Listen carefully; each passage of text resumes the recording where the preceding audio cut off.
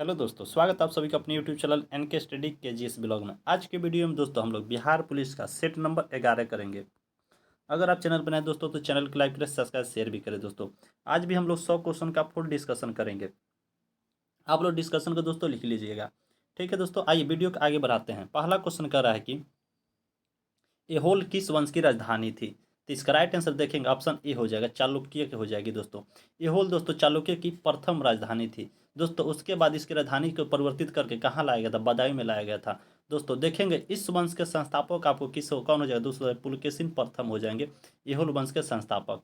यहाँ दोस्तों देखेंगे पल्लव वंश दिया है। पल्लव वंश की राजधानी दोस्तों आपको कांचीपुरम थी और इसके संस्थापक आपको श्री विष्णु थे दोस्तों। और अगला देखिए दोस्तों पांड्य वंश दिया है। पांड्य वंश की राजधानी आपको मदुरई थी और इसके संस्थापक दोस्तों आपको मारवर्मन सुंदर प्रथम ने की थी दोस्तों। देखिए दोस्तों इसके बाद चोल वंश। चोल वंश की राजधानी दोस्तों आपको तंजावुर या तंजौर थी और इसके संस्थापक आपको विजयालय थे। इस राइट आंसर ऑप्शन ए हुआ दोस्तों। आइए क्वेश्चन नंबर 2 देखते हैं। कह रहा है कि भारत के किस बौद्ध स्थल पर गौतम बुद्ध ने सबसे पहले धर्म का प्रचार किया था। तो इसका राइट आंसर देखेंगे तो क्या हो जाएगा, ऑप्शन डी हो जाएगा ना, सारनाथ में दोस्तों इन्होंने किया था। देखिए दोस्तों बुद्ध ने सबसे पहले धर्म का प्रचार सारनाथ उत्तर प्रदेश में स्थित है जो किया था। इसे धर्म चक्र परिवर्तन कहते हैं दोस्तों। यह बुद्ध का जन्म लुम्बिनी में हुआ था। बुद्ध को ज्ञान की प्राप्ति दोस्तों पीपल वृक्ष के नीचे फल्गु नदी के तट पर बोध गया में हुआ था। बुद्ध को निवारण निवारण की प्राप्ति कुशीनगर में हुई थी। इनके बचपन का नाम दोस्तों सिद्धार्थ था और बुद्ध ने सर्वाधिक उपदेश दोस्तों कौशल नरेश की राजधानी श्रावस्ती में दिए थे, क्योंकि दोस्तों इनका सर्वाधिक वर्षा काल भी दोस्तों आपको श्रावस्ती में ही बीता था। ये भी दोस्तों क्वेश्चन आपसे पूछ सकता है। आइए क्वेश्चन नंबर 3 देखते हैं। क्वेश्चन नंबर 3 कह रहा है कि दोस्तों सर्वप्रथम भारतवर्ष का उल्लेख किस अभिलेख में हुआ है। तो इसका सही आंसर दोस्तों देखेंगे ऑप्शन सी से हो जाएगा, हाथी गुफा अभिलेख में हुआ है। आइए दोस्तों देखते हैं। सर्वप्रथम भारतवर्ष का उल्लेख आपको हाथी गुफा अभिलेख में हुआ है। भारत पर होने वाले हुर आक्रमण की जानकारी दोस्तों आपको भीतरी स्तंभ लेख से प्राप्त होती है। दोस्तों सती प्रथा का पहला लिखित साक्ष्य एरन अभिलेख से आपको मिलता है। देखें दोस्तों कुछ अभिलेख और इसके माने शासक जो हैं दोस्तों। यहाँ पहला दिया आपको देखेंगे तो नासिक अभिलेख दोस्तों कहाँ से, नासिक अभिलेख दोस्तों किसके द्वारा, गौतम बालश्री के द्वारा। मंदसौर अभिलेख दोस्तों आपको मालवा नरेश यशो बर्मन के द्वारा बनाया गया था। और हाथी गुफा अभिलेख दोस्तों कलिंग राजा खारवेल के द्वारा मन लिखा गया था। और जूनागढ़ अभिलेख दोस्तों यहाँ या गिरनार अभिलेख भी इसको कहते हैं दोस्तों, जो किसने बनाया था, रुद्र दामन का दोस्तों अभिलेख है ये। देखिए दोस्तों अगर एक और अभिलेख होता है देवपारा अभिलेख, यहाँ पर जो है दोस्तों देवपारा अभिलेख दोस्तों आपको विजय सेन के द्वारा मैंने लिखवाया गया बनाया गया था। आई क्वेश्चन नंबर 4 देखते हैं। कह रहे कि व्यपगत के सिद्धांत का प्रतिपादन किसके द्वारा किया गया था। तो इसका सही आंसर दोस्तों हो जाएगा आपको ऑप्शन ए हो जाएगा, डलहौजी के द्वारा आपको व्यपगत यानी हड़प नीति के दोस्तों शुरुआत की गई थी दोस्तों। डलहौजी के द्वारा मैंने विलय नीति को ही किया इसको कहते हैं दोस्तों।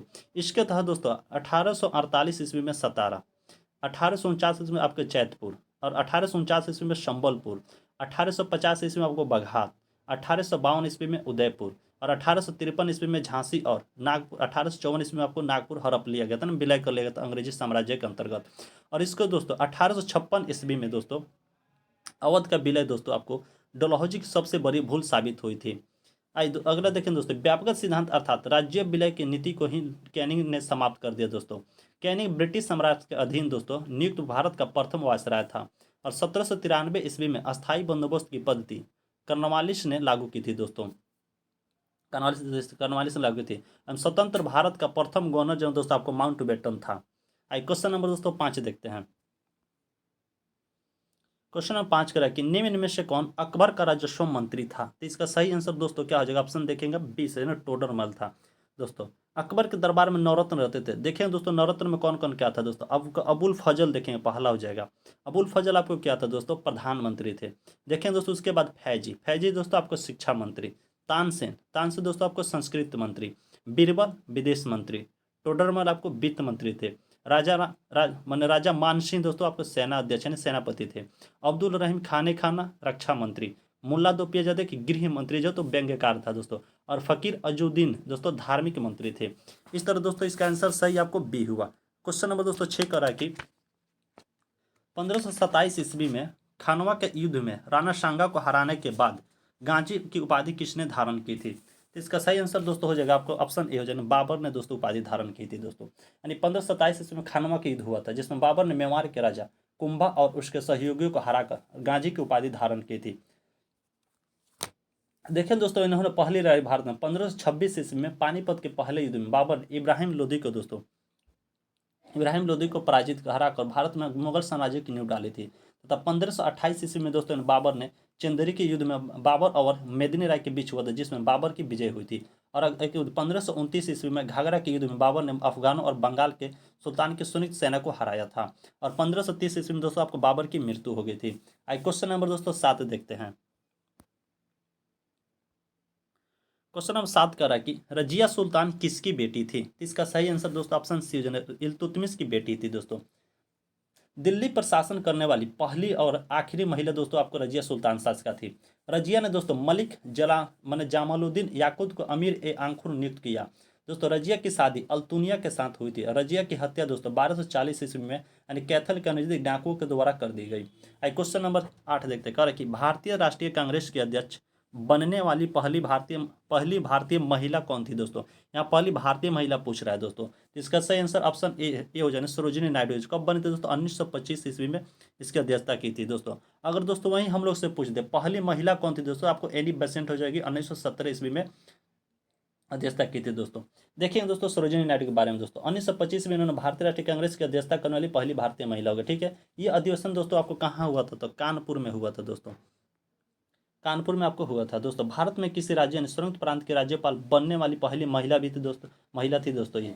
दोस्तों देखें सुचेता कृपलानी दोस्तों उत्तर प्रदेश की पहली महिला मुख्यमंत्री थी।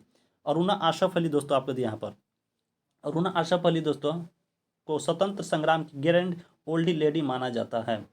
आई क्वेश्चन नंबर 9 देखते हैं दोस्तों। क्वेश्चन नंबर 9 कह रहा है कि किस ब्रिटिश गवर्नर ने बंगाल में दोहरी शासन प्रणाली को समाप्त किया था? तो इसका सही आंसर दोस्तों ऑप्शन बी जो वारेन हेस्टिंग ने समाप्त किया था। देखिए दोस्तों वारेन हेस्टिंग ने 1772 ईस्वी में फोर्ट विलियम यानी बंगाल के प्रेसिडेंसी के पहले गवर्नर बने। इसने दोस्तों राजकीय कोषागार को मुर्शिदाबाद से हटाकर कहाँ स्थानांतरित किया? कलकत्ता लाया। और तथा बंगाल में द्वैत शासन की व्यवस्था रॉबर्ट क्लाइव ने लगाया था दोस्तों।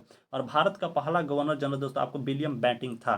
इसका राइट आंसर दोस्तों ऑप्शन ए बी सही होगा इसका। आई क्वेश्चन नंबर 10 देखते हैं। कह रहा कि ट्रफलगर का युद्ध इंग्लैंड और किन के बीच लड़ा गया था दोस्तों? तो ये दोस्तों किसके बीच हुआ था दोस्तों? अपना 1805 ईस्वी में दोस्तों आपको 1805 ईस्वी में टपलर के दोस्तों इंग्लैंड एवं नेपोलियन के बीच हुआ था दोस्तों।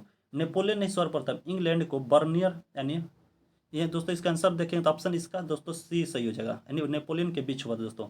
नेपोलियन ने ही सर्वप्रथम दोस्तों इंग्लैंड को बनियों का देश कहा था तथा आधुनिक फ्रांस का पिता नेपोलियन को माना जाता है। बिस्मार्क का सबसे अधिक भाई दोस्तों फ्रांस से था। देखिए दोस्तों जर्मनी के आर्थिक राष्ट्रवाद का पिता ने फ्रेडरिक लिस्ट को माना जाता है। इस तरह राइट आंसर दोस्तों सी से। क्वेश्चन नंबर 11 देखते हैं। क्वेश्चन नंबर 11 कह रहा है कि निम्न में से कौन सा देश धुरी राष्ट्रों का नेतृत्व किया था? इसका सही उत्तर दोस्तों ऑप्शन जर्मनी हो जाएगा। देखिए दोस्तों धुरी राष्ट्र में इसमें शामिल अन्य देश कौन कहते हैं दोस्तों? ऑस्ट्रिया, हंगरी, तुर्की, इटली आदि थे।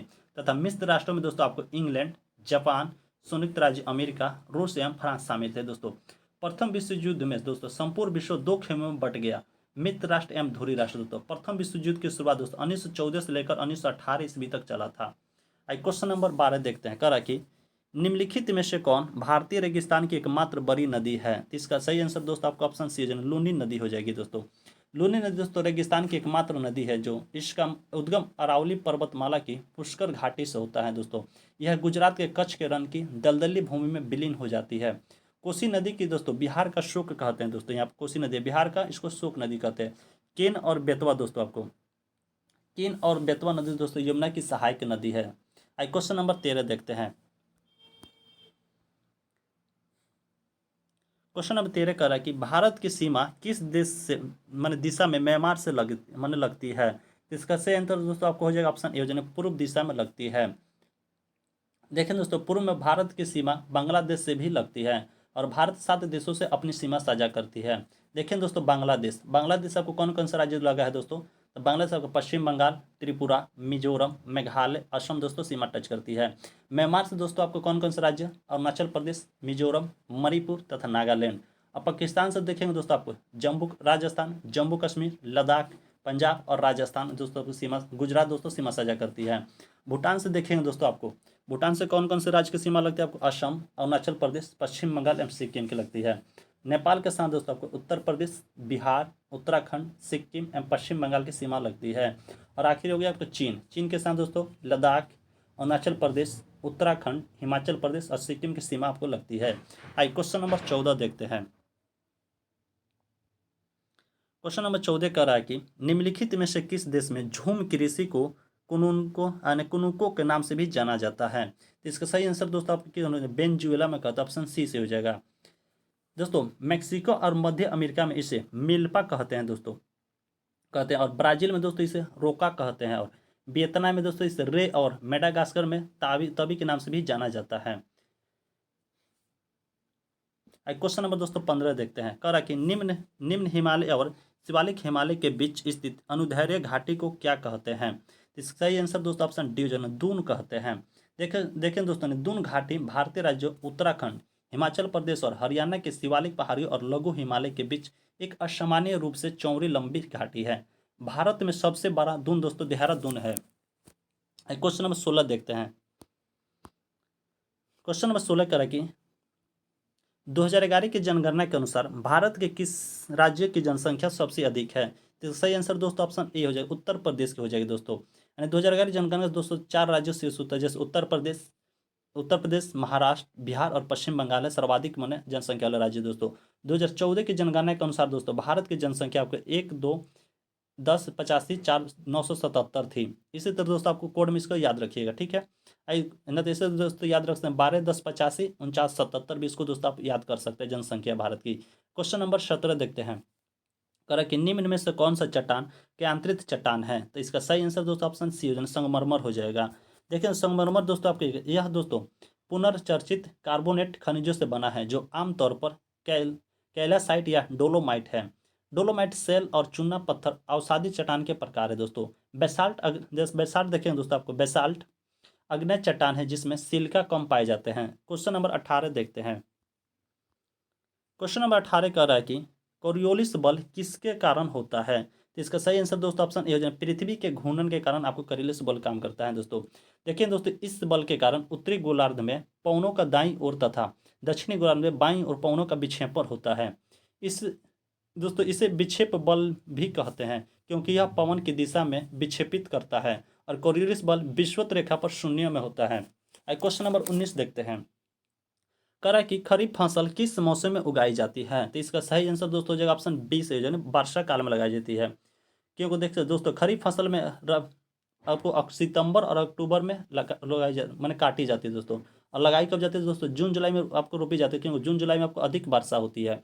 और सितंबर अक्टूबर में आपको काट ली जाती है उस समय फसल। दोस्तों रबी फसल की बात करें तो रबी फसल की दोस्तों आपको अक्टूबर नवंबर में बुआई होती है और अप्रैल मई में कटाई होती है। और जायद फसल दोस्तों रबी और खरीफ के बीच में की जाती है, जो फसल मैंने कट जाती है तब। क्वेश्चन नंबर दोस्तों 20 देखते हैं। कह रहा कि निम्नलिखित में से किस बंदरगाह को डायमंड हार्बर के नाम से जाना जाता है। इसका सही आंसर दोस्तों आपको हो जाएगा ऑप्शन सी, कोलकाता बंदरगाह को कहते हैं।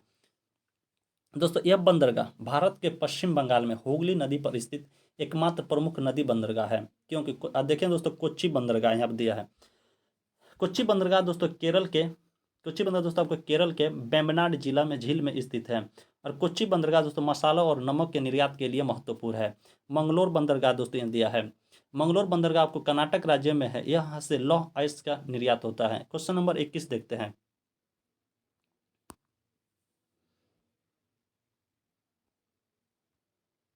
क्वेश्चन नंबर 21 करा कि दोस्तों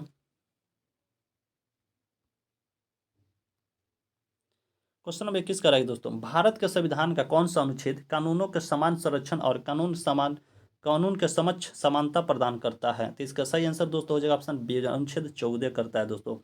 देखिए दोस्तों आर्टिकल 30 यहाँ पर दिया है। तो आर्टिकल 30 में दोस्तों आपको हो जाएगा अल्पसंख्यकों और शैक्षिक संस्थानों की स्थापना और प्रशासन का अधिकार का उल्लेख है दोस्तों।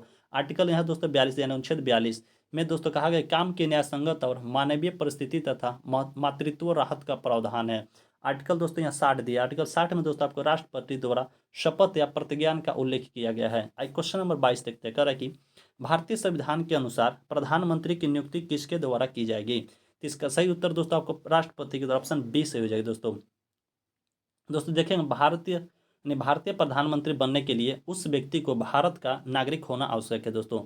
राज्यसभा या लोकसभा का सदस्य होना अनिवार्य है। यानी लोकसभा का चुनाव लड़ने हेतु न्यूनतम उम्र आपको कितनी 25 वर्ष होनी चाहिए। और राज्यसभा का चुनाव लड़ने हेतु न्यूनतम उम्र आपको 30 वर्ष होना चाहिए दोस्तों। प्रधानमंत्री दोस्तों मंत्रिपरिषद का प्रधान होता है तथा बहुमत दल का नेता होता है दोस्तों। क्वेश्चन नंबर 23 देखते हैं। क्वेश्चन नंबर 23 कहता है दोस्तों, भारतीय संविधान में भारतीय नागरिकों को कितने मौलिक कर्तव्य प्राप्त हैं। इसका सही आंसर दोस्तों ऑप्शन बी 11 मौलिक कर्तव्य आपको प्राप्त हैं। देखेंगे दोस्तों, यह संशोधन सरदार समर्शी समिति की सिफारिश पर हुआ था।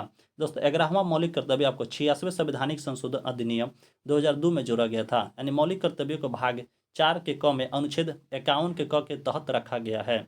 दोस्तों पूछ दे कि भारतीय संविधान में मौलिक कर्तव्य कितनी थी, तो उस समय आपको एक भी मौलिक कर्तव्य नहीं थी दोस्तों। इसको भारतीय संविधान संशोधन के द्वारा आपको जोड़ा गया है। क्वेश्चन नंबर 24 देखते हैं। कह रहा है कि निम्नलिखित में से किस राज्य के राज्य विधानमंडल में 2 सदन है। तो इसका सही उत्तर देखें दोस्तों कि ऑप्शन बी सी से हो जाएगा, बिहार में दोस्तों स्थित है। दोस्तों 2 सदन व्यवस्था में एक विधानसभा और एक विधान परिषद होती है। विधानसभा को निम्न सदन जबकि विधान परिषद को आपको हम लोग उच्च सदन कहते हैं। विधानसभा दोस्तों सदस्यों की न्यूनतम उम्र सीमा आपको 25 वर्ष में, जबकि विधान परिषद के सदस्यों की न्यूनतम उम्र आपको 30 वर्ष होती है। अधिकतम की कोई चर्चा दोस्तों नहीं है। वर्तमान में दोस्तों आपको देखेंगे तो भारत में केवल 6 राज्य ऐसे हैं जहाँ 2 सदनीय माने व्यवस्था है। जो कौन कौन दोस्तों आपके बिहार, उत्तर प्रदेश, महाराष्ट्र, कर्नाटक, आंध्र प्रदेश और तेलंगाना में है दोस्तों। क्वेश्चन नंबर 25 देखते हैं। क्वेश्चन नंबर 25 कह रहा है कि भारतीय संविधान की कौन सी विशेषता ब्रिटेन के संविधान से ली गई है। इसका सही आंसर दोस्तों क्या हो जाएगा, ऑप्शन 25 का डी संसदीय सरकार की व्यवस्था दोस्तों। इसका दोस्तों हम एक वीडियो ऑलरेडी बना दिए हैं, किस देश से कौन सी व्यवस्था ली गई है, सभी उसको हम बनाकर अलग से वीडियो बनाकर डाल दिया है। उसका डिस्क्रिप्शन में हम लिंक दे देंगे, आप लोग जाकर देख सकते हैं वहां से, ठीक है। आइए क्वेश्चन नंबर 26 देखते हैं। इसके दोस्तों हम लोग देख लेंगे, पहले इसको कब लिया था दोस्तों देखेंगे। इसको तो दोस्तों हो गया आपको संसदीय सरकार की व्यवस्था हम लोग लिए हैं कहाँ से दोस्तों, तो ब्रिटेन से संविधान से लिए हैं देखो। इसके अलावा दोस्तों हम लोग नागरिकता कैबिनेट प्रणाली विशेषाधिकार रीट संसदीय विशेषाधिकार और द्विसदनीय ली गए हैं।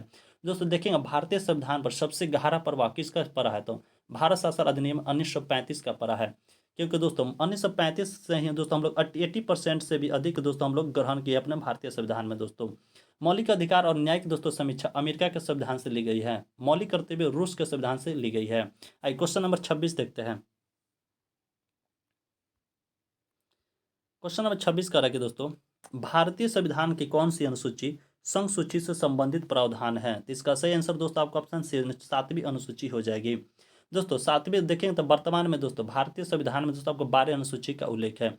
7वीं अनुसूची में दोस्तों आपको 3 विधायी सूची है, जिसमें संघ सूची, राज्य सूची और समवर्ती सूची, और एक दोस्तों और सूची जोड़ गई आपको अलग से, कौन माने आपको अवशिष्ट सूची जोड़ दी गई है। देखिए दोस्तों आपको 4थी अनुसूची राज्य सभा में सीटों के आवंटन से संबंधित है। और 10वीं अनुसूची दिया है दोस्तों यहाँ पर। 10वीं अनुसूची में दोस्तों आपको दल बदल से संबंधित प्रावधान किया गया है। और 9वीं अनुसूची यहाँ दोस्तों 9वीं अनुसूची में आपको राज्यों द्वारा संपत्ति के अधिग्रहण की विधि का उल्लेख किया गया है। क्वेश्चन नंबर 27 देखते हैं। कह रहा है कि भारत के संविधान ने सर्वोच्च न्यायालय को कुछ रिट जारी करने का शक्ति दी है। संविधान में इन रिटों के कितने प्रकार वर्णित हैं, तो मतलब कितने प्रकार का रहते हैं। राइट आंसर दोस्तों ऑप्शन डी हो जाएगा, 6 प्रकार के दोस्तों रिट है। देखिए दोस्तों हम लोग भारत के संविधान के अनुच्छेद 44वें संशोधन अधिनियम 1978 द्वारा अनुच्छेद 31 और 19 के फर्स्ट के एफ के तहत संपत्ति के अधिकार को मौलिक अधिकार से हटा दिया गया है। इस अनुच्छेद में दोस्तों आपको 300 के ए के तहत कानूनी अधिकार बना दिया गया है, संपत्ति के अधिकार को डाल दिया गया है। 86वें संशोधन के अधिनियम 2002 के तहत दोस्तों शिक्षा के अधिकार को अनुच्छेद 21 के क में जोड़कर मौलिक अधिकार को दर्जा प्रदान किया गया है। क्वेश्चन नंबर 29 देखते हैं दोस्तों। 28 देखते हैं ना, 28 बाकी है।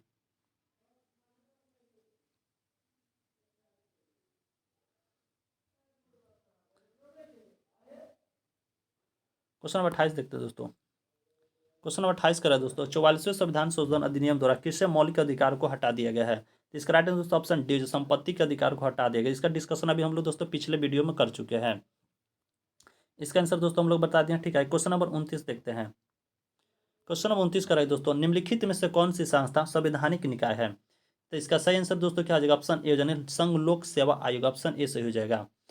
दोस्तों देखेंगे इसको संघ लोक सेवा आयोग दोस्तों, इसका वर्णन अनुच्छेद 315 से लेकर 323 तक, यानी 315 से 323 तक आपको भाग दोस्तों क्या हो जाएगा, आपको भाग हो जाएगा आपको 14, भाग 14 के अध्याय 2 के तहत उल्लेख किया गया है। यानी राष्ट्रीय महिला आयोग 1992, भारतीय प्रतिस्पर्धा आयोग 2009 और राष्ट्रीय मानवाधिकार आयोग 1995 सभी वैधानिक निकाय है, न कि संवैधानिक निकाय है। आइए क्वेश्चन नंबर दोस्तों आपको 30 देखते हैं। कह रहा है कि भारत सरकार का अंत्योदय अन्न योजना किससे संबंधित है? तो इसका सही आंसर दोस्तों आपको बी योजना गरीबी से संबंधित है। दोस्तों यह एक सार्वजनिक वितरण प्रणाली योजना है जिसे 2000 ईस्वी में लागू किया गया था। इसे दोस्तों सबसे पहले राजस्थान राज्य में लागू किया गया था। इसके तहत गेहूं 3 रुपया प्रति किलो तथा चावल 2 रुपया प्रति किलो के हिसाब से उपलब्ध कराया जाता है। क्वेश्चन नंबर दोस्तों 31 देखते हैं। क्वेश्चन नंबर 31 कह रहा है कि भारतीय अर्थव्यवस्था में वित्तीय वर्ष चलता है, मतलब कब से कब चलता है दोस्तों? इसका ऑप्शन हो जाएगा आपको 1 अप्रैल से 31 मार्च, ऑप्शन डी सही हो जाएगा। दोस्तों भारतीय देखेंगे तो वित्त मंत्र, यह दोस्तों आपको वित्त मंत्रालय भारत में राजकोषीय नीति तैयार करती है। साइमन कुजनेट्स को राष्ट्रीय आय एवं लेखांकन का जन्मदाता माना जाता है। देखें दोस्तों आपको राष्ट्रीय आय का लेखांकन अब दोस्तों NSO द्वारा किया जाता है। यानी किसी देश के आर्थिक विकास का सही सूचक तथा इस कीमत पर राष्ट्रीय आय है। दोस्तों किसी देश के अधिक विकास का सही सूचक स्थिर कीमत पर राष्ट्रीय आय है। क्वेश्चन नंबर 32 देखते हैं। कह रहा है कि भारत में किस संस्था द्वारा 1 रुपये के करेंसी यानी नोट पर सिक्के पर निर्गत किए जाते हैं? तो इसका सही आंसर दोस्तों आपका ऑप्शन है वित्त मंत्रालय द्वारा निर्गत की जाती है दोस्तों आपको 1 रुपया। बाकी उसके दोस्तों बाकी सब दोस्तों आपको RBI गवर्नर द्वारा उसके ऊपर का नोट। दोस्तों देखें दोस्तों वित्त मंत्रालय सिक्के यानी अधिनियम सिक्का अधिनियम आपको 1906 और 1 रुपये के नोट जारी करता है। दोस्तों 1 रुपये के नोट पर दोस्तों आपके 20 सचिव के हस्ताक्षर होते हैं। बाकी शेष अन्य नोट पर दोस्तों आपको भारतीय रिजर्व बैंक यानी RBI के गवर्नर के द्वारा किए जाते हैं, जिस पर दोस्तों RBI गवर्नर के दोस्तों हस्ताक्षर होते हैं। दोस्तों सेबी की स्थापना आपको सेबी दिया दोस्तों आपको सेबी की स्थापना आपको 12 अप्रैल 1988 ईस्वी में हुई थी तथा नीति आयोग की दोस्तों स्थापना आपको 1 जनवरी 2015 को योजना आयोग के स्थान पर लाया गया। क्वेश्चन नंबर 33 देखते हैं। क्वेश्चन नंबर 33 कह रहा है कि RBI के अनुसार वित्त वर्ष 2023-24 के लिए महंगाई दर कितनी रहेगी? इसका सही आंसर दोस्तों 23-24 का पूछ रहा था। इसका सही आंसर दोस्तों क्या हो जाएगा? ऑप्शन सी 6.8% रहेगी दोस्तों। क्वेश्चन नंबर दोस्तों 24 देखते हैं। कह रहा है कि कृषि क्षेत्र के त्वरित किसान विकास हेतु बिहार सरकार द्वारा किस वर्ष प्रथम कृषि रोड मैप लागू किया गया? तो इसका सही आंसर देखें दोस्तों क्या हो जाएगा? ऑप्शन ए सही हो जाएगा। 2008 ईस्वी में आपको लागू किया गया। देखिए दोस्तों आपको बिहार सरकार को वित्तीय वर्ष 2023-24 में भारत सरकार द्वारा 5 कृषि कर्मण पुरस्कार दिया जाएगा। जैसे बिहार का कुल खाद्यान्न मीट्रिक टन है यानी 184.86 लाख था। क्वेश्चन नंबर 35 देखते हैं। क्वेश्चन नंबर 35 कह रहा है कि शहरी क्षेत्रों में प्रायः किस प्रकार की बेरोजगारी पाई जाती है? इसका सही आंसर दोस्तों क्या? ऑप्शन बी शिक्षित बेरोजगारी पाई जाती है। दोस्तों यहाँ दिया प्रच्छन्न, दोस्तों वही पूछते प्रच्छन्न बेरोजगारी और मौसमी बेरोजगारी आपको ग्रामीण भारत में विशेष रूप से कृषि क्षेत्र में ही पाई जाने वाली एक बेरोजगारी है। दोस्तों श्रम भागीदारी दर में वृद्धि के कारण दोस्तों बेरोजगारी दर में वृद्धि होती है। भारत में वर्तमान में बेरोजगारी दर 7.9% है आपको। क्वेश्चन नंबर 36 देखते हैं। कह रहा है कि वर्तमान में भारत के कितने सार्वजनिक क्षेत्र बैंक है? तो इसका सही आंसर दोस्तों आपको ऑप्शन सी 12 दोस्तों आपको है। देख सकते दोस्तों पहली बार बैंकों का राष्ट्रीयकरण आपको 19 जुलाई आपको 1969 ईस्वी में 1969 ईस्वी को दोस्तों 14 बैंकों का राष्ट्रीयकरण किया गया था तथा भारतीय रिजर्व बैंक को बैंकों का बैंक कहते हैं। RBI दोस्तों आपके व्यापारिक बैंकों के शाखा विस्तार का नियमन, व्यापार का समापन का नियमन करती है। क्वेश्चन नंबर 37 देखते हैं। कह रहा है कि मुद्रास्फीति से किसे हानि होती है? तो इसका सही आंसर दोस्तों क्या हो जाए? किसको हानि होती है? देनदार को हानि होती है और लेनदार को दोस्तों आपको फायदा होता है। देखें दोस्तों मुद्रास्फीति वह स्थिति है जिसमें कीमत दर में वृद्धि होती है तथा मुद्रा का मूल्य आपको गिरता है। इसमें लेनदार और ऋणी को लाभ होता है। दोस्तों यानी भारत में मुद्रास्फीति थोक मूल्य सूचकांक के द्वारा ज्ञात की जाती है। क्वेश्चन नंबर 38 देखते हैं। क्वेश्चन नंबर 38 कह रहा है कि दोस्तों शिव कुमार शर्मा का नाम किस वाद्य यंत्र से जुड़ा है? तो इसका सही आंसर आपको दोस्तों ऑप्शन डी से हो जाएगा, संतूर वादक से जुड़े हैं। देखें दोस्तों अन्य संतूर वादक आपको कौन कौन थे? राहुल शर्मा, तरुण भट्टाचार्य। दोस्तों सितार वादक देखेंगे दोस्तों यहाँ सुतार देते सितार वादक में आपको कौन हो जाए दोस्तों? पंडित रविशंकर, निखिल बनर्जी। और ढोलक वादक देखेंगे दोस्तों आपको हो जाएंगे कौन कौन? गिरीश विश्व हो जाएंगे आपको ढोलक वादक। और यहाँ दोस्तों दिया आपको नाद स्वरम के वादक कौन है दोस्तों? नीरुस्वामी पिल्लई नाद स्वरम हो जाएंगे। ये दोस्तों आप सब लिखते रहिएगा, ठीक है। क्वेश्चन नंबर 39 देखते हैं। कह रहा है कि निम्नलिखित में से कौन सा त्यौहार राजस्थान से जुड़ा है। तो इसमें से कौन सा त्यौहार हम लोग राजस्थान में दोस्तों मनाते हैं? इसका सही आंसर दोस्तों आपको बूंदी उत्सव, ऑप्शन सी से हो जाएगा।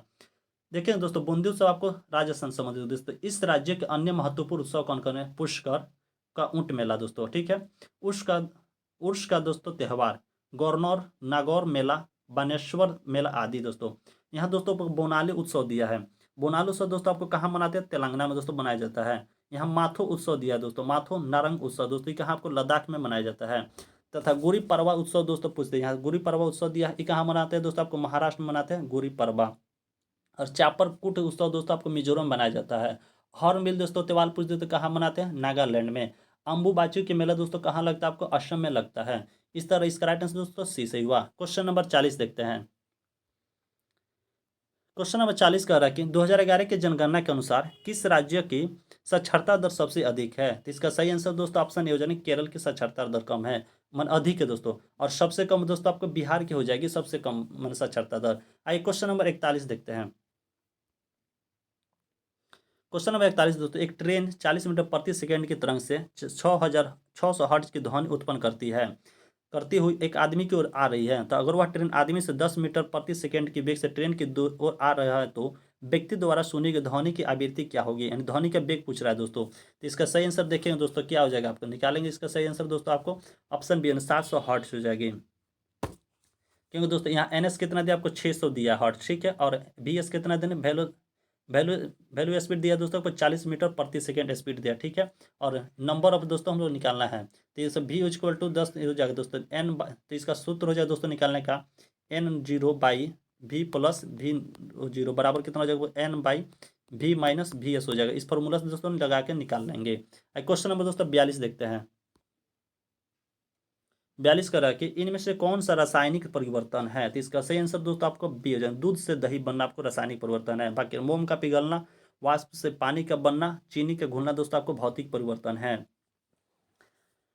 क्योंकि दोस्तों यहाँ मोम पिघलेगा तो हम लोग फिर से मोम इसको बना सकते हैं। क्वेश्चन नंबर दोस्तों इस तरह सब है। देखिए क्वेश्चन नंबर 43 देखते हैं। कह रहा है कि ऋणात्मक यानी माइनस 40 डिग्री सेल्सियस बराबर है किस बराबर फॉरेनहाइट में दोस्तों बताना है, डिग्री फॉरेनहाइट में। तो इसका सही आंसर दोस्तों क्या हो जाएगा? C/5 इक्वल टू आपको F-32/9 दोस्तों फॉर्मूला होता है। तो यानी F-32 बराबर निकालेंगे दोस्तों, 40 डिग्री तो दिया सेल्सियस आपको, सी का मान दोस्तों दिया 40, सही हो जाएगा आपको 8 हो जाएगा यहाँ पर, ठीक है दोस्तों। 9×8 = 72 और F बराबर क्या हो जाएगा? F-32, तो माइनस इधर आकर जुटेगा। तो क्या हो जाएगा दोस्तों आपको इसका आंसर देखेंगे तो ऑप्शन सी से -40 डिग्री दोस्तों हो जाएगा, ठीक है। यानी इधर आके घटेगा ना, ठीक है। क्वेश्चन नंबर दोस्तों 44 देखते हैं। क्वेश्चन नंबर 44 का रहा है कि दोस्तों बोगनीवाला पौधे अपनी शाखाओं पर आकर्षण रंग लिया होता है, तो यह किसके विकास को प्रदर्शित करता है? तो इसका सही आंसर दोस्तों क्या हो जाएगा? ऑप्शन 44 का सी सहायक पंखुड़ियाँ हो जाएगी। इसकी लंबाई दोस्तों कितनी होती है? 1 से 12 मीटर तक इसकी लंबाई होती है दोस्तों। इस पर लगी हुई आकर्षण पत्ती रूप संरचनाओं पुष्प के सहायक पंखुड़ियों को प्रदर्शित करती है दोस्तों। यानी बोगनविलिया पौधे दोस्तों अपनी शाखाओं पर आकर्षण रंग लिए होते हैं। यह सहायक पंखुड़ियों विकास को प्रदर्शित करता है। क्वेश्चन नंबर 45 देखते हैं। कह रहा कि आमतौर पर प्रयोग में आने वाला मसाला लौंग पौधे के किस भाग का होता है? तो इसका सही आंसर दोस्तों ऑप्शन फूल की कली, ऑप्शन सी सही हो जाएगी। देखें दोस्तों देखिए लौंग का दोस्तों एक सदाबहार पेड़ है दोस्तों, जिसकी ऊंचाई दोस्तों 8 से 12 मीटर तक ही होती है। इसके पत्ते दोस्तों बड़े बड़े एवं दीर्घवृत्ताकार होते हैं। लौंग के पेड़ों की शाखाओं के अंतिम छोर पर लौंग के फूल समूह में खिलते हैं दोस्तों। एंड देखिए दोस्तों लौंग का उत्पादन मुख्य रूप से इंडोनेशिया, मेडागास्कर, भारत, पाकिस्तान, श्रीलंका आदि देशों में होता है। क्वेश्चन नंबर 46 देखते हैं। क्वेश्चन नंबर 46 दोस्तों कह रहा है कि यदि एक कण का वेग अपने आरंभिक मान की 1/3 कर दिया जाता है तो कण की गतिज ऊर्जा हो जाएगी कितनी हो जाएगी? इसका राइट आंसर दोस्तों ऑप्शन बी से हो जाएगी, 1/9 गुनी हो जाएगी। क्वेश्चन नंबर दोस्तों यानी दोस्तों काइनेटिक एनर्जी बराबर कितनी होती है? 1/2 mv2 का स्क्वायर बराबर तो हो जाएगा आपको 1/2 m इंटू V/3 का स्क्वायर बराबर तो हो जाएगा आपको 1/2 mv²/9 हो जाएगा।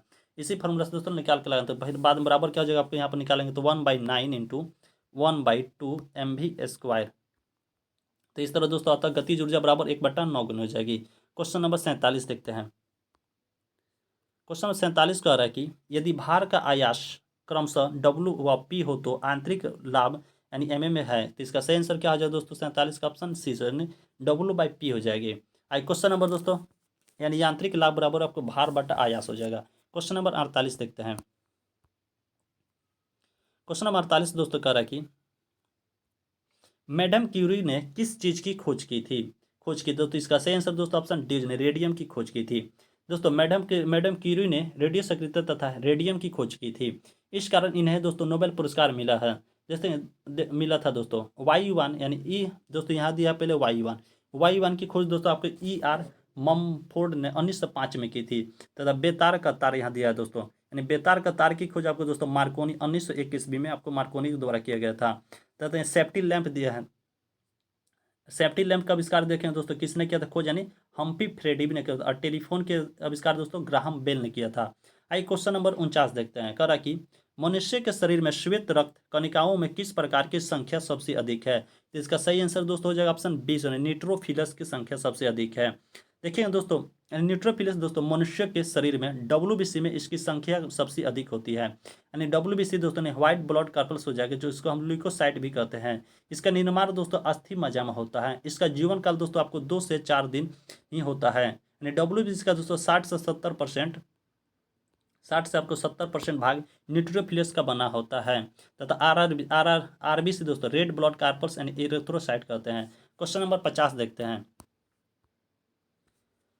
क्वेश्चन नंबर 50 करा कि कच्ची गाजरे किसका अच्छा स्रोत है? तो किसका अच्छा स्रोत है दोस्तों कच्ची गाजर? इसका राइट आंसर ऑप्शन है विटामिन ए का स्रोत है। देखें दोस्तों आपको विटामिन ए एंड इसमें इसको रासायनिक नाम दोस्तों रेटिनॉल कहते हैं, जिसका स्रोत दोस्तों गाजर, हरी सब्जी, दूध और अंडा है।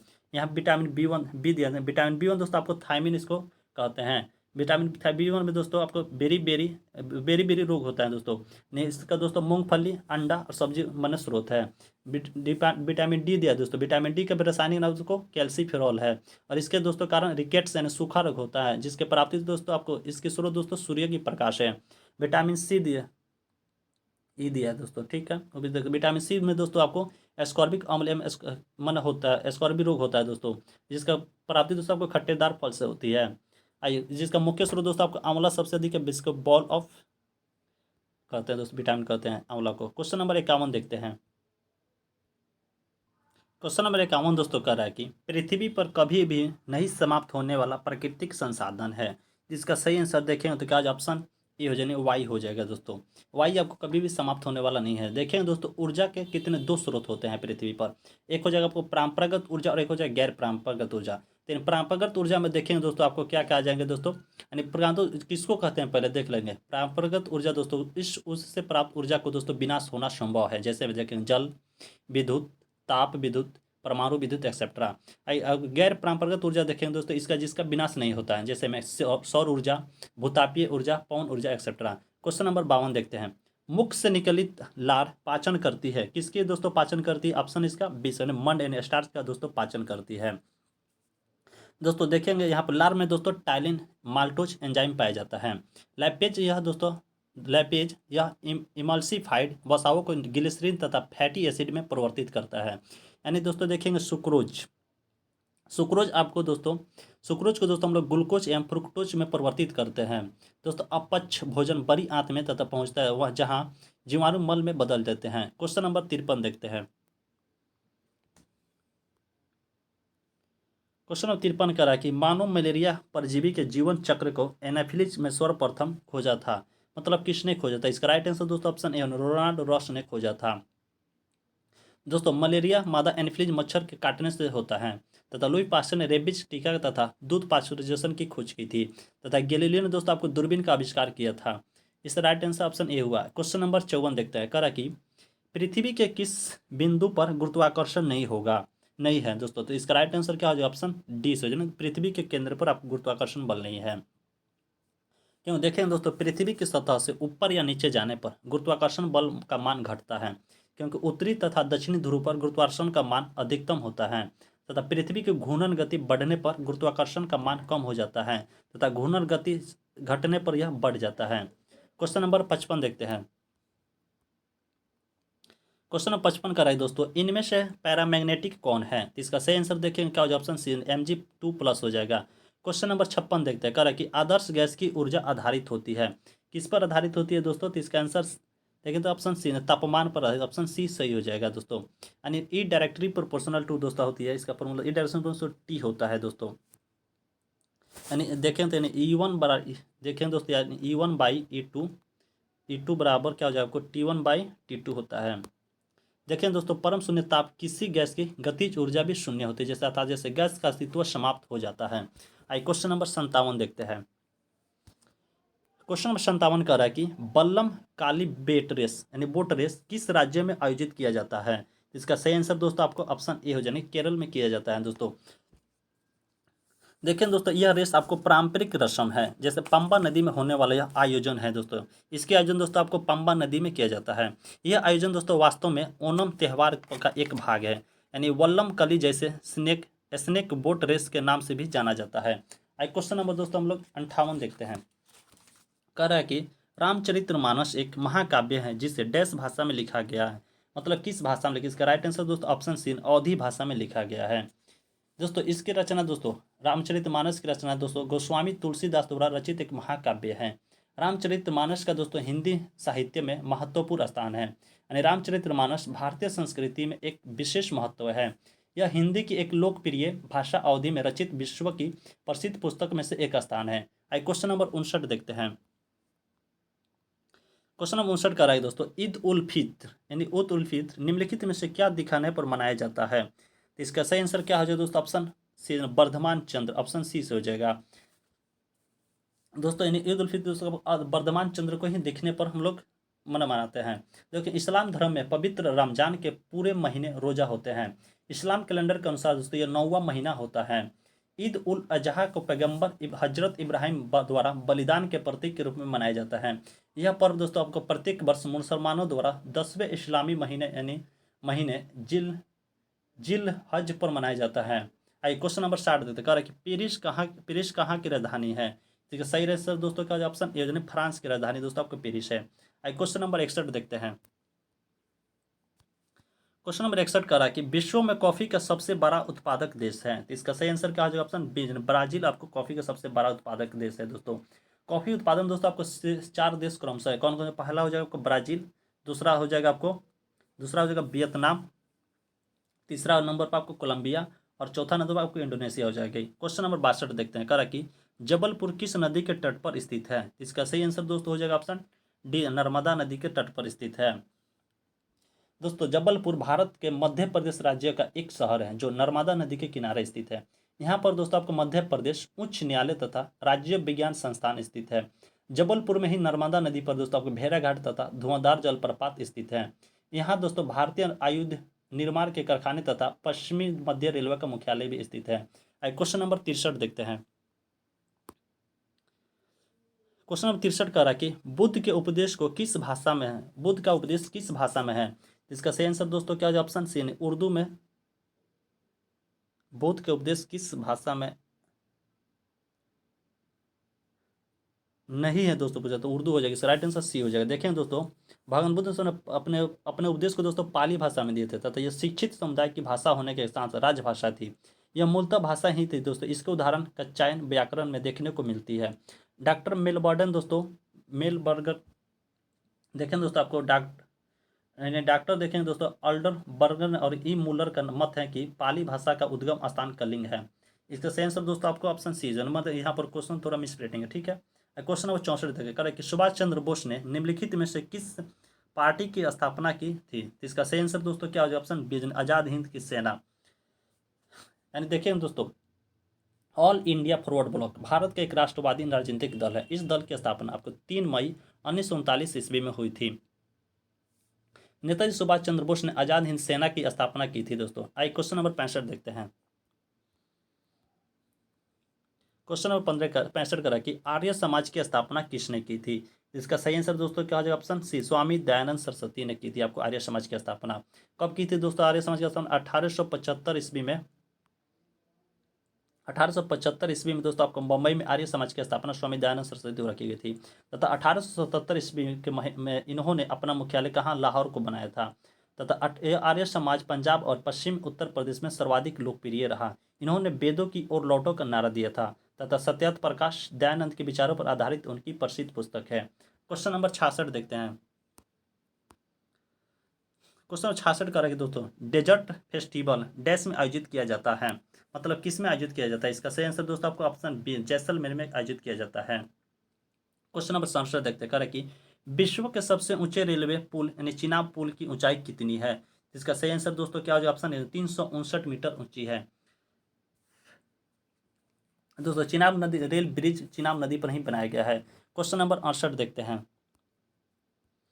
क्वेश्चन नंबर 68 का कि दोस्तों 26 मार्च 2023 को इसरो द्वारा लॉन्च किए गए वन इंडियन मिशन 2 के लिए इस्तेमाल किए गए लॉन्च का वाहन का नाम क्या है? तो इसका सही आंसर दोस्तों क्या आ जाएगा? 68 का ऑप्शन ए से हो जाएगा, LMV-3 ऑप्शन ए से हो जाएगा, जो 2026 मार्च 2023 को ही इसके द्वारा लॉन्च किया गया था।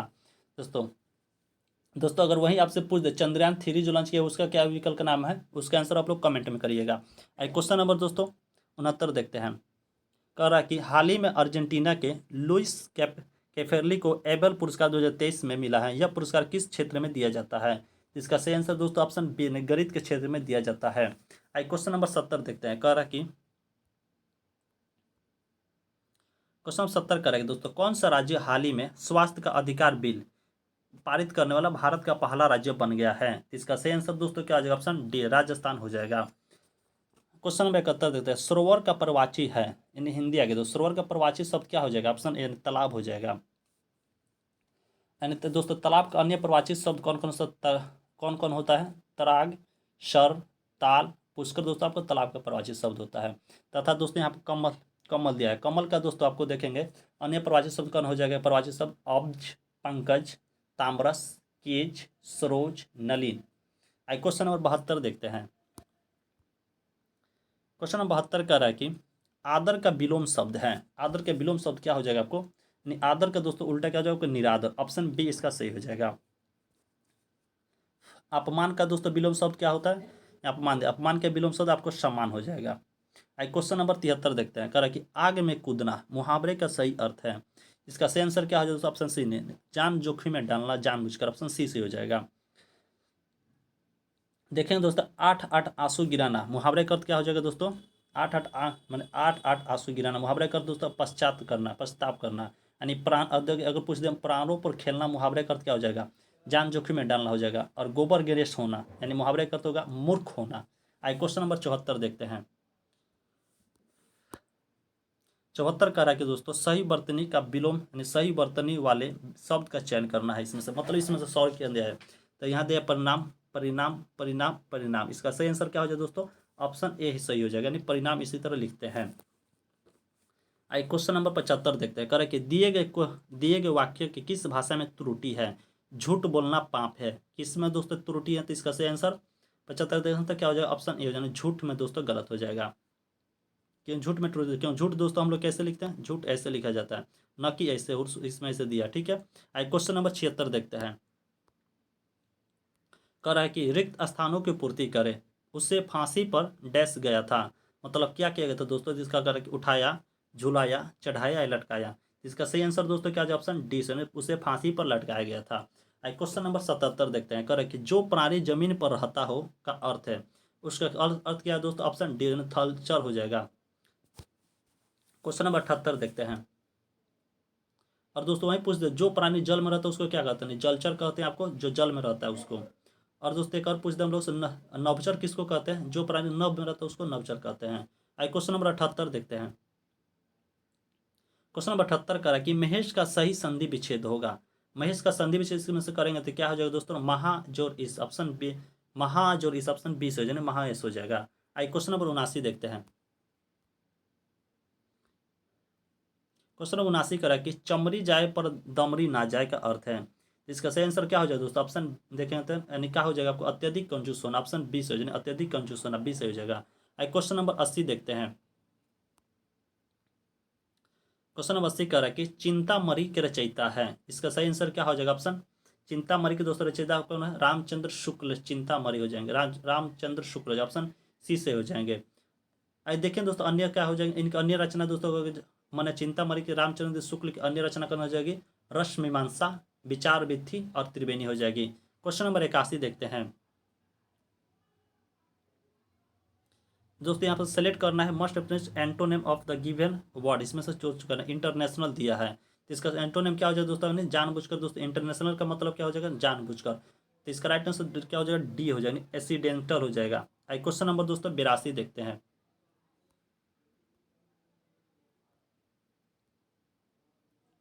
क्वेश्चन नंबर 82 करें दोस्तों, choose the most appropriate synonym of the given word. In synonym इसका फेरल, फेरल का साइनोनिम चूज करना है। जिसका सही आंसर दोस्तों क्या हो जाएगा, वीक हो जाएगा। फेरल का ऑप्शन, वीक का ऑप्शन सी से हो जाएगा। वीक मतलब कमजोर होता है। क्वेश्चन नंबर 83 देखते हैं। क्वेश्चन नंबर 83 दोस्तों कह रहा है कि select the best alternative which मैंने expresses the meaning of the idiom and phrase. दोस्तों मैंने कह रहा है Gopi works by fits and starts. इसको फिरेज दोस्तों बताना एडम। इसका सही आंसर दोस्तों क्या हो जाएगा, option B, irregularly, option B से हो जाएगा। आई क्वेश्चन नंबर दोस्तों 84 देखते हैं। क्वेश्चन 84 दोस्तों कह रहे हैं fill in the correct proposition. कह रहा है कि the brave youth immediately jumped दस्ट the river to save the drowning child. तो इसका सही आंसर क्या हो जाएगा दोस्तों, ऑप्शन 84 दोस्तों बी हो जाएगा और इन टू हो जाएगा। यानी हो जाएगा the brave youth immediately jumped into the river to save the drowning child. Option B इस तरह सही हो जाएगा। आई क्वेश्चन नंबर दोस्तों 85 देखते हैं। 85 करे दोस्तों, कीप योर डॉग डैश, यहाँ खाली स्थान में the flower beds it may damage the flowers. इसका सही आंसर दोस्तों क्या आ जाएगा, ऑप्शन इसका कीप ऑफ हो जाएगा। ऑप्शन ऑफ हो जाएगा, ऑप्शन डी से हो जाएगा इसका दोस्तों। आई क्वेश्चन नंबर 86 देखते हैं।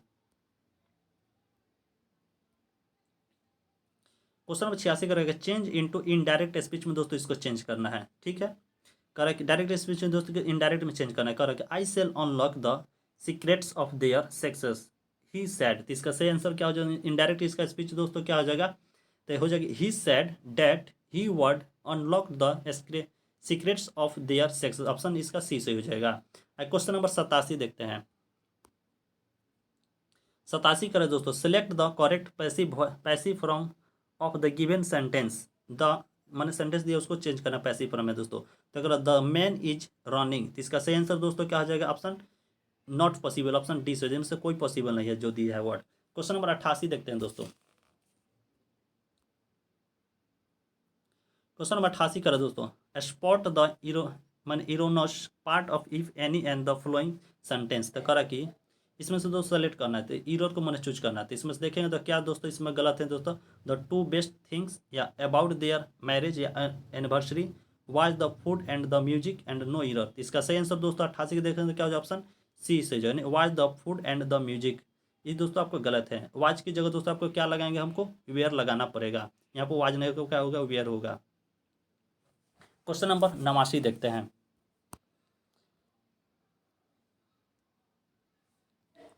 क्वेश्चन नंबर 89 दोस्तों करेंगे select the alternative which is the best suitable यानी सब्सिट्यूट ऑफ द सेंटेंस। हमने सब्सिट्यूट चेंज करना है इसका। तो कह रहा है वन हु कलेक्ट्स क्वाइंस। तो मतलब इसका सही आंसर क्या हो जाए दोस्तों, एटीना देखेंगे तो ऑप्शन सिक्कों का संग्रह करने वाला दोस्तों होता है। इसका राइट आंसर ऑप्शन बी से, नहीं न्यूमिनेस्टिमेटिक्स हो जाएगा, ऑप्शन बी से हो जाएगा।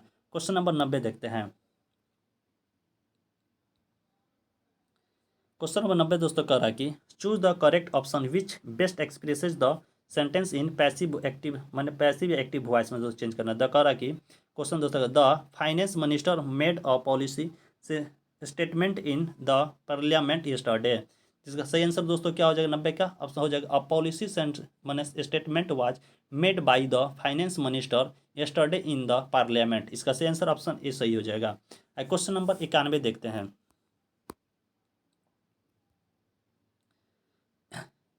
क्वेश्चन नंबर 91 दोस्तों मैथ है। करा कि भिन्न 15/19 के अंश और हर दोनों में से कौन सी संख्या घटाई जाए जिससे वह 3/4 हो जाए। इसका सही आंसर दोस्तों देखें तो क्या हो जाएगा, 15 माइनस एक्स बट्टा 19 माइनस एक्स बराबर आपको क्या लिखेंगे, 3/4 लेके बना देंगे। तो इसका आंसर दोस्तों निकालेंगे तो क्या हो जाएगा, एक्स बराबर आपको क्या हो जाएगा, यहाँ से सोल्व करेंगे तो एक्स बराबर 3 आ जाएगा। आंसर दोस्तों इस तरह ऑप्शन 20 का सही हुआ। क्वेश्चन नंबर 92 देखते हैं। कह रहा है कि यदि root under sine √2 sine 5x minus 5 degree है तो बराबर 10/45 हो, तो x का मान दोस्तों ज्ञात करना है। तो इसका राइट आंसर देखेंगे दोस्तों क्या हो जाएगा, साइन है इसको बराबर में तो देखें 10/45 का मान दोस्तों आपको क्या हो जाएगा, 1 होता है। ठीक है, और √2 के यहाँ पर दोस्तों दिया साइन, यहाँ साइन 5x माइनस 5 बराबर हो जाएगा आपको, यहाँ तो 1 हो गया इसका मान, तो 1 बट्टा रूट इधर से गुना में जाकर भाग में √2 हो जाएगा। तो इस तरह दोस्तों निकालेंगे तो मान क्या हो जाएगा, साइन यहाँ पर हो जाएगा, साइन हो गया आपको 45 हो गया, ठीक है। तो साइन 45 का मान हो गया दोस्तों, तो फिर यहाँ पर हम ले लेंगे साइन से साइन कैंसिल हो गया, ठीक है। तो यहाँ होगा आपको 5x - 5 बराबर आपको कितना हो जाएगा, 45 डिग्री हो जाएगा, ठीक है। तो यानी 5x बराबर कितना हो जाएगा आपको, इधर दोस्तों 5 गया तो कितना हो गया आपको 50 हो गया। तो x बराबर कितना हो गया, 10 डिग्री हो गया। तो इसका राइट आंसर दोस्तों ऑप्शन इसका सी सही हो जाएगा। क्वेश्चन नंबर 93 देखते हैं। 93 कह रहा है कि यदि x/4 बराबर y/9 हो तो x+16 अनुपात y+36 बराबर क्या हो जाएगा। तो यानी x/y बराबर दिया है, x/y बराबर कितना दिया आपको, 4/9 दिया है। तो इसका दोस्तों कैलकुलेट गुना करेंगे फिर निकालेंगे तो इसका आंसर क्या आ जाएगा आपको, 20:45 यानी तो 4:9। ऑप्शन देखेंगे तो 20 सही हो जाएगा। आई क्वेश्चन नंबर 94 देखते हैं। कह रहा है कि 4 भाइयों की आयु का योग 56 वर्ष है और उनकी आयु का अंतर क्रमशः समान रूप से 4 वर्ष है, तो सबसे बड़े भाई की आयु कितनी होगी। तो ये दोस्तों पूछ रहा है बड़े भाई की आयु दी, तो इसका राइट आंसर देखेंगे कितने भाई दिया दोस्तों,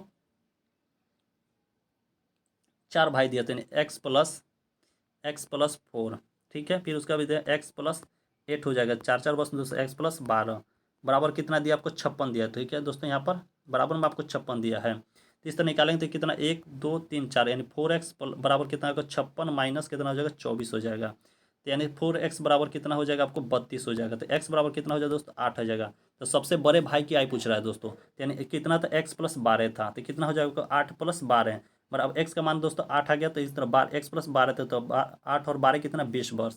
ऑप्शन इसका दोस्तों आपको डी सही हो जाएगा, 20 वर्ष हो जाएगा। आई क्वेश्चन नंबर 95 देखते हैं। कह रहा कि किसी धन पर निश्चित दर से 2 वर्ष का साधारण ब्याज 120 रुपया तथा चक्रवृद्धि ब्याज 124 रुपया है, तो ब्याज की वार्षिक दर दोस्तों पूछ रहा है। तो CI निकालेंगे तो CI सिंपल इंटरेस्ट कितना दिया दोस्तों को आपको, 60, यानी 2 वर्ष का दिया तो 1 वर्ष का कितना हो जाएगा, 60 हो जाएगा, ठीक है। और दूसरा वर्ष का 60 रहेगा, ठीक है। उस तरह और CI कितना, 60:64 बराबर दोस्तों निकालेंगे तो इसका आंसर सही हो जाएगा आपको ऑप्शन देखेंगे तो हो जाएगा आपको कितना आ जाएगा, 95 का आंसर ये हो जाएगा 6.6 सही 2/3% आंसर इसका आ जाएगा। क्योंकि R बराबर लास्ट में आएगा दोस्तों आपको 4/60 गुना में 100 आ जाएगा। तो 0 से 0 कैंसिल, 3 दूनी 6 और 2 5 दूनी 10। इसको दोस्तों फिर निकालेंगे तो आंसर इसका नहीं आएगा, ठीक है। क्वेश्चन नंबर 96 देखते हैं।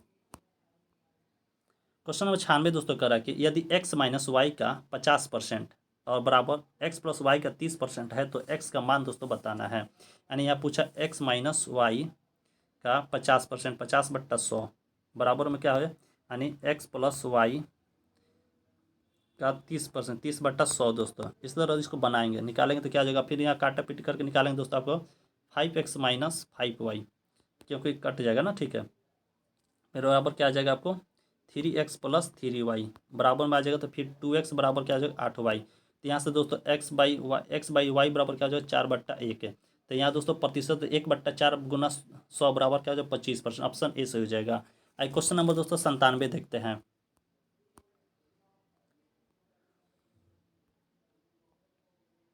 क्वेश्चन नंबर 97 दोस्तों कि log 12 144 प्लस log 30 169 का मान ज्ञात करना है।